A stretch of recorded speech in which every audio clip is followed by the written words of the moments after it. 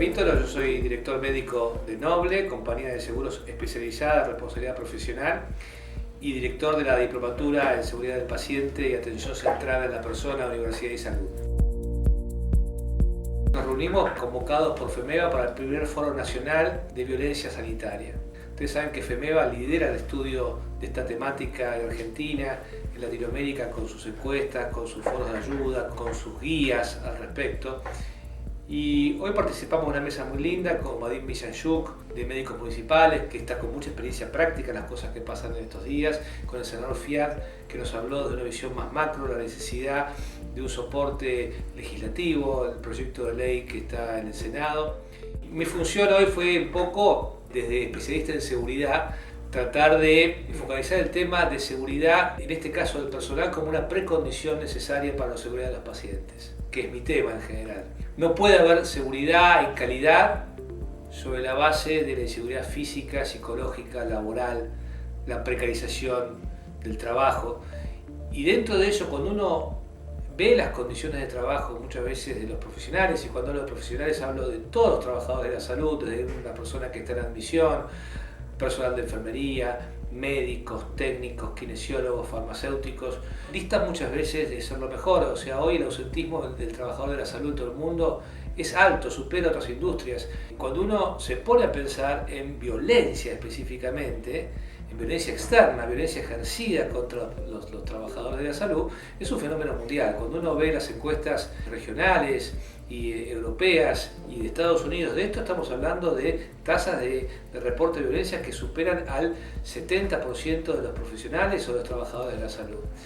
Y cuando se habla de violencia es importante definirla, ¿no? Porque uno tendría la idea de que la violencia es solamente la agresión física con lesión.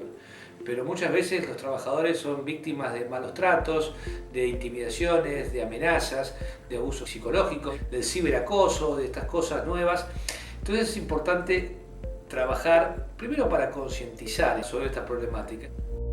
Estas reuniones sirven para poner a la luz este problema tan importante, porque en definitiva necesitamos de políticas claras, ¿no? Políticas de tolerancia cero a estas situaciones. Y las políticas muchas veces se demuestran con recursos, ¿no? Destinando tiempo para capacitar, buscando soluciones de ingeniería, por ejemplo.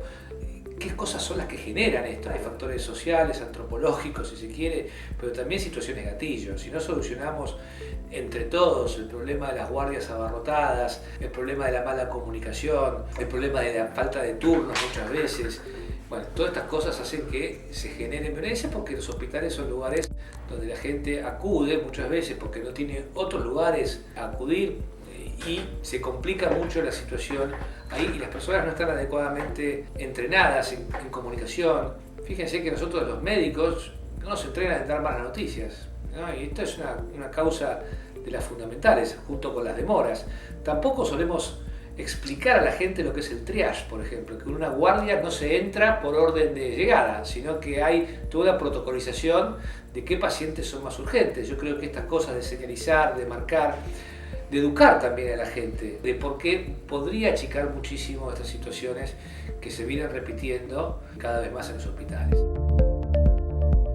Es importante todo lo que sea diálogo, ¿no?, con la sociedad. Yo creo que es fundamental empoderar al ciudadano, al consumidor, a las personas, para que tomen conciencia de un montón de cosas que los médicos, en una actitud vieja, paternalista, tomamos. O sea, hay muchísimas cosas que alfabetizar en salud, o sea, cuándo corresponde ir a una guardia, cuándo no. Encima hoy también tenemos un montón de soluciones informáticas como la teleconsulta, que podría aliviar muchísimas estas situaciones. Estoy seguro que si los pacientes pudieran tener un acceso a un teletriage, o una teleconsulta, tengo esto, voy a una guardia, y generalmente le decimos, no, tomate esto y volveme a llamar en media hora. Esto lo podríamos hacer tranquilamente. Falta la decisión de hacerlo y la costumbre. Tenemos que cambiar algunos hábitos, algunos paradigmas.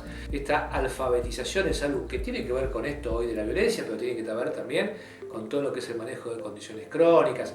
Muchas veces, al no haber buen manejo de condiciones crónicas, se saturan las guardias porque vienen con las complicaciones agudas de esas complicaciones crónicas, que si hubiera habido un buen telecontrol, creo que por ese lado hay que explorar bastantes cosas como para solucionar todo este tema de violencia. Y, por supuesto, la violencia contra profesionales está enmarcada dentro de un cuadro social de educación de la cual no escapamos. Tenemos que atender también las causas raíces de la violencia en toda la sociedad, no solamente en los hospitales.